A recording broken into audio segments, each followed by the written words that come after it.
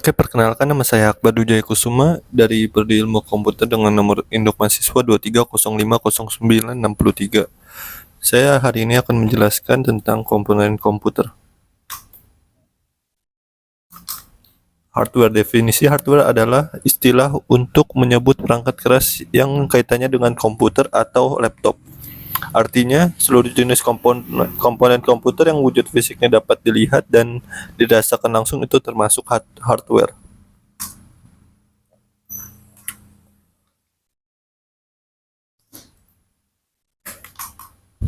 Beberapa ciri hardware adalah sebagai berikut. Yang pertama adalah memiliki bentuk fisik, yang kedua umumnya bersifat keras, yang ketiga terdapat di bagian luar komputer, yang keempat adalah media penghubung antara user dan software. Yaitu selanjutnya adalah fungsi hardware.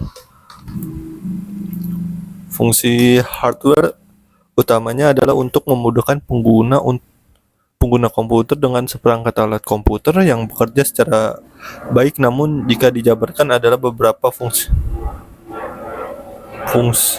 secara spesifik, yaitu yang pertama adalah memberi output.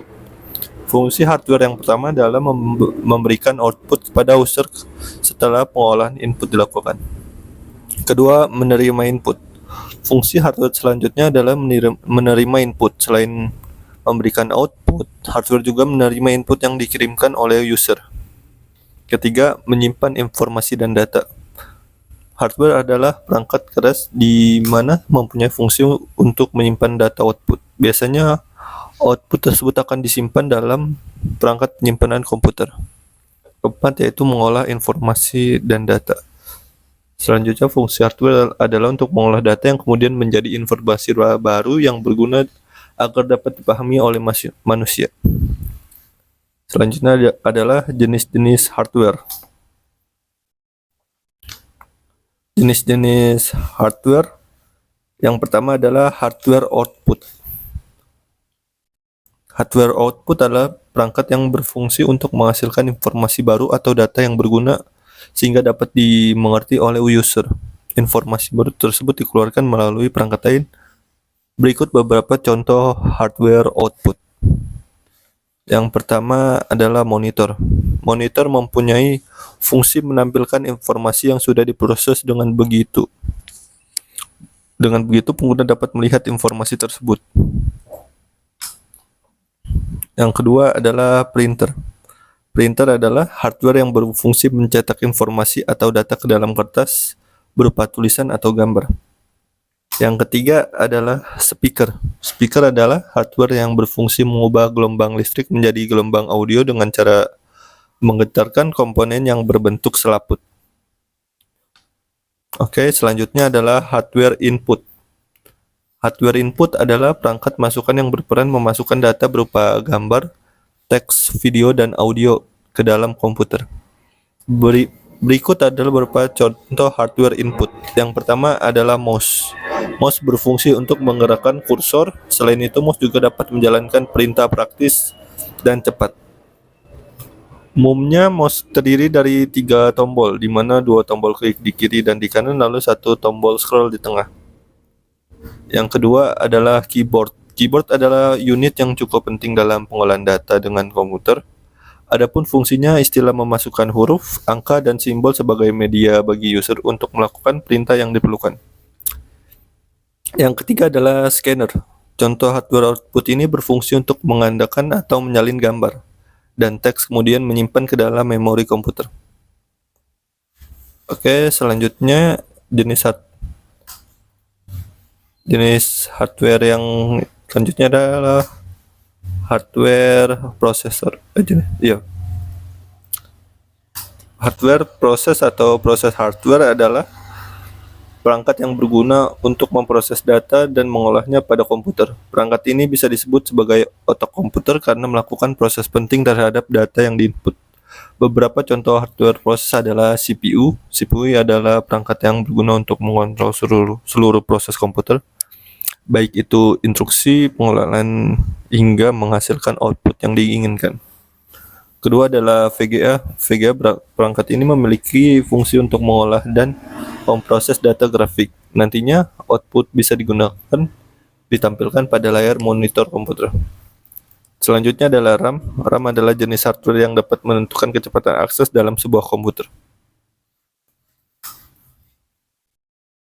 Selanjutnya adalah storage device. Storage device sesuai namanya, storage device berarti perangkat penyimpanan. Ini merupakan bagian dari hardware di mana fungsinya adalah menyimpan data komputer. Beberapa hardware yang termasuk ke dalam jenis ini antara lain adalah hard disk. Hard disk atau juga disebut dengan HDD atau perangkat keras komputer yang berfungsi sebagai tempat penyimpanan data sekunder. Hard disk bisa terpasang di dalam maupun di luar perangkat. Yang kedua adalah flash disk. Flash disk adalah perangkat keras penyimpanan data yang konektornya berupa USB. Konektor ini akan memudahkan perangkat terhubung komputer maupun media lainnya. Flash disk dapat kamu gunakan untuk memindahkan suatu data dari satu komputer ke komputer lainnya. Yang ketiga adalah optical disk. Optical disk merupakan media penyimpanan yang bisa dibaca maupun ditulis oleh cahaya laser, di mana bentuk umumnya adalah berupa CD atau DVD. Oke, selanjutnya adalah software. Software adalah perangkat lunak atau software adalah bagian dari komputer yang terdiri dari beberapa perintah di mana pengoperasiannya dilakukan melalui mesin komputer. Dengan kata lain, software adalah perangkat yang tidak punya wujud fisik. Penjelasannya lebih lanjut, pengertian software adalah perangkat lunak berisi data yang diprogram atau disimpan dengan fungsi tertentu.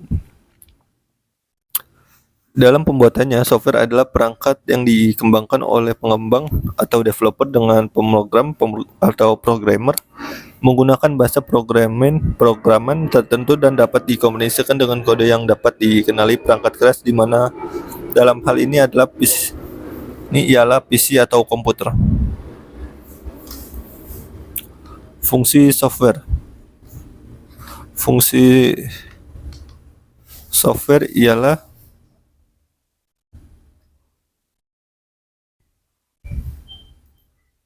sebagai pelengkap. Yang pertama adalah sebagai pelengkap komputer agar dapat dioperasikan dengan baik oleh perintah-perintah tertentu.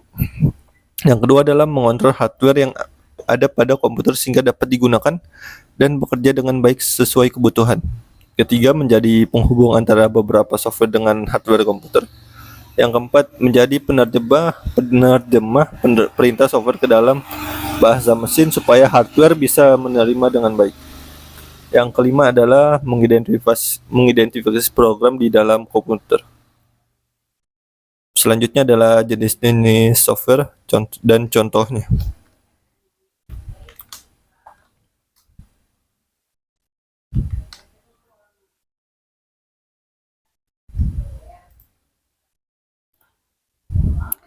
Yang pertama adalah sebagai operating system.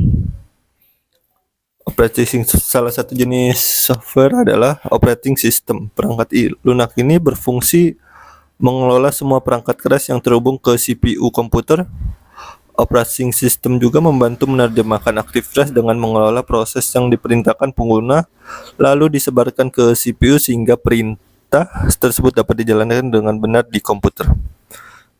Contoh operating system software adalah Microsoft Windows, Unix, Mac OS atau Linux. Yang kedua adalah program language. Jenis software programming language adalah bahasa yang digunakan untuk menulis program. Contoh software ini meliputi HTML, Java, PHP atau C dan C++, dan masih banyak lainnya. Bahkan jika kamu membuat bahasa pemrograman ini, kamu tetap memerlukan perangkat lunak untuk merancang program berdasarkan metode dan struktur dalam bahasa pemrograman itu sendiri. Yang ketiga adalah program aplikasi. Program aplikasi adalah perangkat lunak yang umumnya kita jumpai dalam kegiatan sehari-hari. Perangkat lunak ini bisa berfungsi sesuai tujuan pembuatannya. Contoh software program aplikasinya adalah Microsoft Office, Excel, Office Word, dan MI. Udah, itu ya. Selanjutnya adalah jenis software berdasarkan distribusinya. Yang pertama adalah adware. Adware adalah software yang dirancang dengan tujuan membagikan iklan online secara otomatis ke dalam layar komputer pengguna.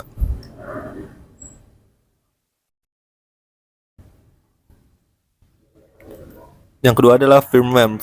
Firmware adalah jenis penyimpanan perangkat lunak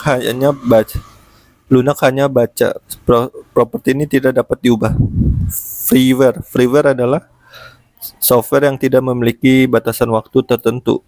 Yang keempat adalah spyware. Spyware adalah jenis software yang dirancang sebagai mata-mata sebagai setiap aktivitas user. Selanjutnya ada malware. Malware adalah jenis software yang dianggap berbahaya jika disalahgunakan. Pasalnya, malware ini dirancang untuk menginfeksi komputer dan merusaknya. Yang keenam adalah open source. Open source adalah jenis software yang kode sumbernya dibuka. Kamu juga dapat mengubah, meningkatkan, dan bahkan mendistribusikannya kembali tanpa harus membayar. Jenis software ini dikembangkan oleh programmer menggunakan suatu bahasa programan khusus. Yang ketujuh adalah server. Server adalah perangkat lunak yang dapat digunakan secara gratis. Jenis software ini biasanya digunakan sebagai demonstrasi dengan fungsi otak dan waktu pengguna terbatas. Selanjutnya adalah brainware. Brainware adalah seseorang yang mengoperasikan perangkat komputer baik yang bentuknya perangkat lunak maupun perangkat keras. Secara garis besar, peranan brainware adalah untuk memastikan jika perangkat komputer yang digunakan sesuai keinginan pengguna. Fungsi brainware. Fungsi brainware adalah yang pertama adalah sebagai administrator. Fungsi brainware adalah administrator mempunyai peranan untuk memastikan jika struktur jaringan pada komputer sudah tertata dengan baik. Baik adanya administrator, tentu saja komputer nggak akan bisa beroperasi secara optimal karena tidak menetapkan aturan-aturan yang seharusnya ditetapkan. Yang kedua adalah sebagai programmer.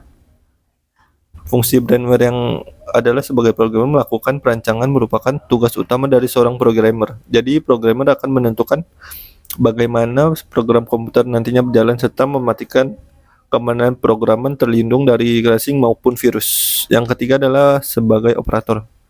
Sebagai operator adalah melakukan maintain atau perawatan sistem. Dalam program selesai diciptakan oleh seseorang programmer. Selain itu, operator juga melakukan pemantauan dan memastikan jika perangkat komputer sudah berjalan sebagai mestinya. Jenis-jenis brainware yaitu ada 9. Yang pertama ada operator komputer, kedua teknik komputer, ketiga project manager, yang keempat trainer, yang kelima spesialis jaringan, keenam konsultan, ketujuh sistem analis, kedelapan programmer, dan kesembilan database administration. Contoh brainware yang pertama adalah EDP department. EDP department adalah entry data processing, mempunyai tugas untuk mengelola data-data komersil perusahaan dengan sistem elektronik dan dilakukan secara otomatis. Yang kedua adalah Nether. Nether merupakan sebuah contoh brainware yang dimudahkan individu atau sekelompok orang dalam mencari informasi di internet. Yang ketiga adalah network system. Sistem jaringan ini merupakan media yang bertugas menangani sebuah jaringan. Biasanya sistem jaringan terdiri dari banyak sekali layanan yang nantinya dapat digunakan oleh publik untuk berbagai macam kebutuhan yang mengandalkan komputer dan jaringan internet. Oke, sekian dari saya, Akbar Dwi Kusuma. Wassalamualaikum warahmatullahi wabarakatuh.